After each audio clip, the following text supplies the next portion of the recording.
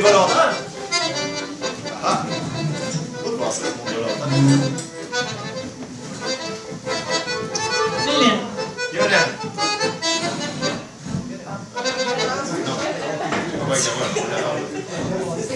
Yolande. Ah!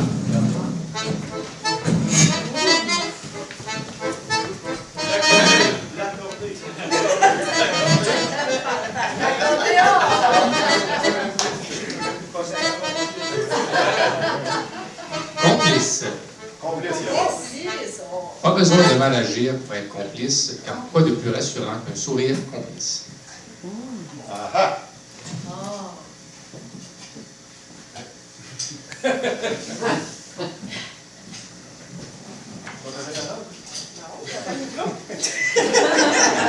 Remarque, ça se fait très bien sans micro. Mais juste au cas où la voix de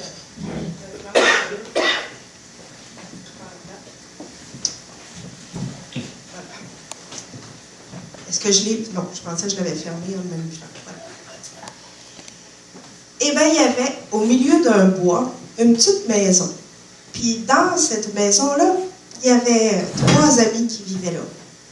3 amis qui partageaient une complicité vraiment spéciale.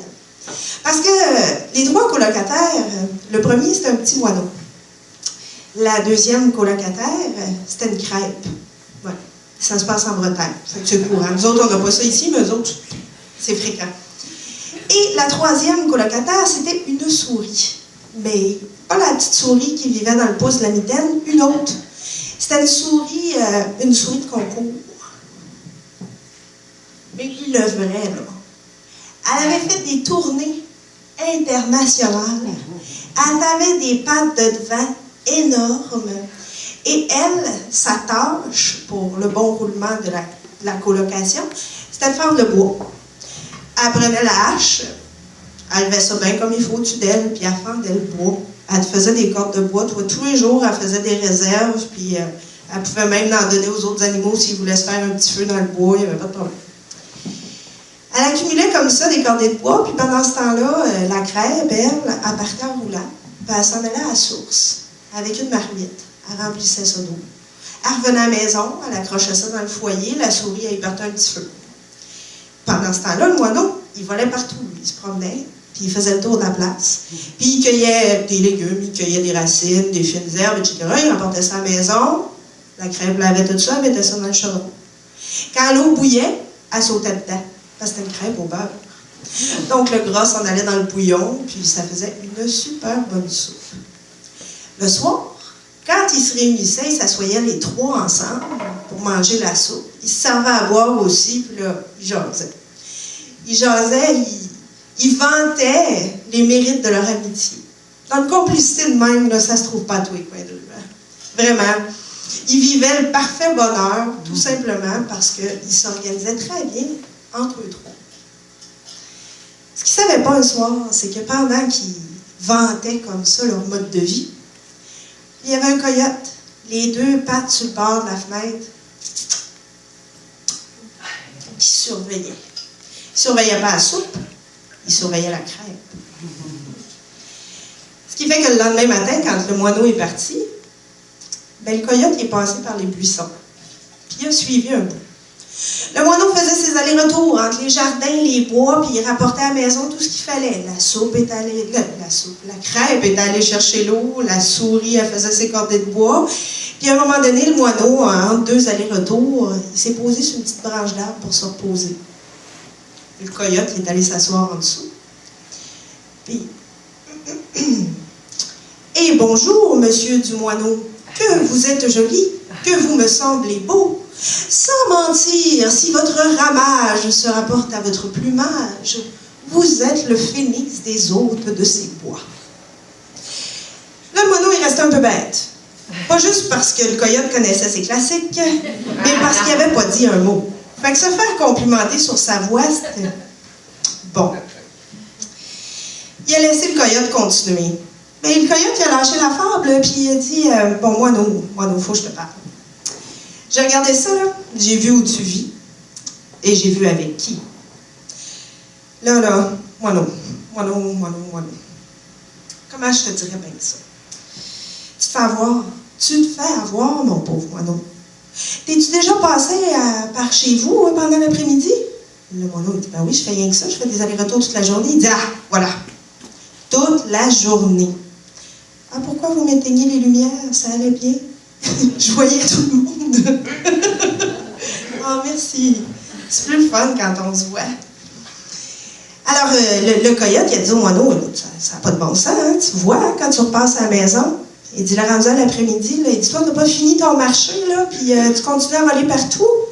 Puis qu'est-ce qu'ils font, la crêpe puis la souris, pendant ce temps-là? Moineau, il a fallu qu'il y pense. Des fois, j'arrive, ils sont sur la galerie, ils jasent, ils se baissent, tu vois? Tu vois? Ils travaillent vraiment moins que toi. Eux autres, travaillent un petit peu le matin, puis la crêpe, l'après-midi, elle se baigne. Dis-toi, tu passes tes journées à travailler super fort. Non, regarde, ça marche pas, là. Non. Là, écoute, moi, c'est pas de mes affaires, là, mais faudrait que tu fasses attention, hein. Je pense que tu vis avec du monde qui abuse de toi. Mon oncle, il a réfléchi à ça, puis il n'a même pas remarqué que le coyote s'en allait. Ouais. Il a arrêté de cueillir, puis il est rentré à la maison. Il s'est enfermé dans sa chambre, puis il a continué à penser à ça. Puis à force qu'il y pense, il a fini par se craquer tout seul. Ah non, quand il est ressorti de sa chambre, le souper, là, il était vraiment maudit. Ah, non, ça n'allait plus pas en tout. Il n'a pas dit un mot du souper. Bon, la souris, la crêpe, il jasait. Peut-être qu'il a envie de silence, lui. Ça n'en faisait pas avec ça. Non, le moineau, lui, plus ça allait, plus c'était un moineau avec un air de bœuf. Là, mané, non. Vers la fin du souper, là, il a mis 2 ailes sur la table, puis il a dit, ça suffit. Non, ça ne peut plus se passer comme ça. Non. Là, il dit, là, moi, je fais tout ici, là. Je me fais en garde pour vous nourrir, là, puis vous autres, vous vous baignez, puis vous jasez, puis vous vous bercez. Non. Moi, à partir de demain, rotation des tâches. La souris et la crêpe sont gardés. Ça peut te faire plaisir. Pas de trouble avec ça. Nous autres, tu sais, ça peut te rendre heureux. Moineau était bien content. Il pensait qu'il avait pogné quelque chose. Hein? Voilà, il était temps. Il était temps que ça change, tu sais.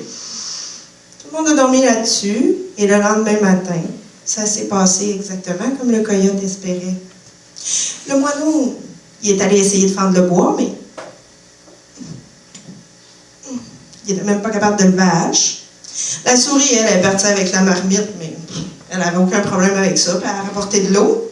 Elle est obligée de prendre dans ses réserves de bois pour se partir un feu, parce que le moineau est encore en train de travailler après la hache.